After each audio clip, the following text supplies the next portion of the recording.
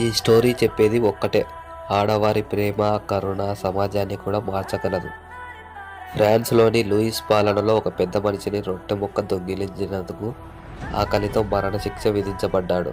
ఈ శిక్షలో ఏమవుతుందంటే అతన్ని జైల్లో వేసి అన్నం పెట్టకుండా చంపేస్తారు.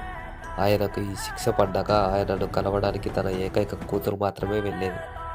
వెళ్ళినప్పుడు కూడా అక్కడున్న సైనికులు ఏ ఒక్క ఫుడ్ ఐటెం లోపలికి వెళ్లకుండా మొత్తం చెక్ చేసి మరీ పంపించేవారు.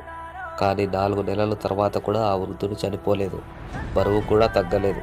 ఈ వ్యక్తి 4 నెలలు అయినా కూడా చనిపోవడం లేదు అని అప్పుడు ఆ సైనికులు దొంగతనంగా చూడడం మొదలుపెట్టారు. కానీ అక్కడ చూసిన దృశ్యం వీళ్ళని ఆశ్చర్యపరిచింది. టోటల్గా షాక్ అయ్యారు. అక్కడికి వచ్చిన తన కూతురు తన తండ్రికి పాలు ఇస్తుంది. సంకలో చిన్న బాబుని పెట్టుకొని తన తండ్రికి పాలు ఇవ్వడం చూసిన ఆ అధికారులు ఆశ్చర్యపోయారు. ఇది వికృతి కాదు, ఇది కరుణా త్యాగం, తండ్రి పట్ల ఉన్న ప్రేమ యొక్క పరాకాష్ట. జడ్జెస్ కూడా కరిగిపోయారు, తన తండ్రిని క్షమించి వదిలేశారు. ఈ స్టోరీ చెప్పేది ఒక్కటే, ఆడవారి ప్రేమ, కరుణ సమాజాన్ని కూడా మార్చగలదు.